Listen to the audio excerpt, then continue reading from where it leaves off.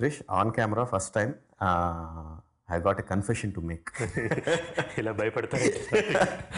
చాలా సంవత్సరాల నుంచి నీ సినిమాలు చూసి నీ మీద అడ్మిరేషన్ ఉన్నా కానీ బాలకృష్ణ గారు 100వ సినిమా క్రిష్ అనగానే బాలకృష్ణ గారు ఏంటి, ఆయన మాస్ ఇమేజ్ ఏంటి, ఆయన లౌడ్ యాక్షన్స్ కానీ జనాలకి ఆయన ఏ విధంగా చూడడానికి ఇష్టపడతారు, ఆ ఇమేజ్కి క్రిష్ తీసిన సినిమాలకి క్రిష్ సెన్సిబిలిటీస్కి అసలు ఏమాత్రం పొంతం లేదు. అసలు ఏంటిది ఇంత బ్యాడ్ కాంబినేషన్ ఏంటి అని అనిపించింది చాలామందికి లాగే నాకు కూడా.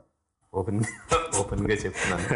తర్వాత మొదలైన తర్వాత చాలా రోజులకి సాయి గారు వచ్చి క్రిష్ చెప్పాడండి, ఎమోషన్స్ చాలా బాగున్నాయండి, ఇలా మదర్ సెంటిమెంట్, వైఫ్ సెంటిమెంట్ చాలా బాగున్నాయి, హిట్ అయిపోద్దని డౌట్ వచ్చేస్తుందండి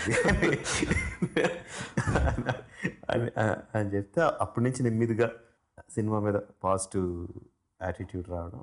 ట్రైలర్ చూసి మైండ్ బ్లోయింగ్, ఇంకా తర్వాత చెప్పక్కర్లేదు ట్రైలర్ దగ్గర నుంచి. బట్ ఈ సినిమా పోయిందనుకున్న, అనౌన్స్ చేసిన వెంటనే పోయిందనుకున్న అనేక మందిలో నేను కూడా ఉన్నాను. But thanks and congratulations for proving all of us wrong.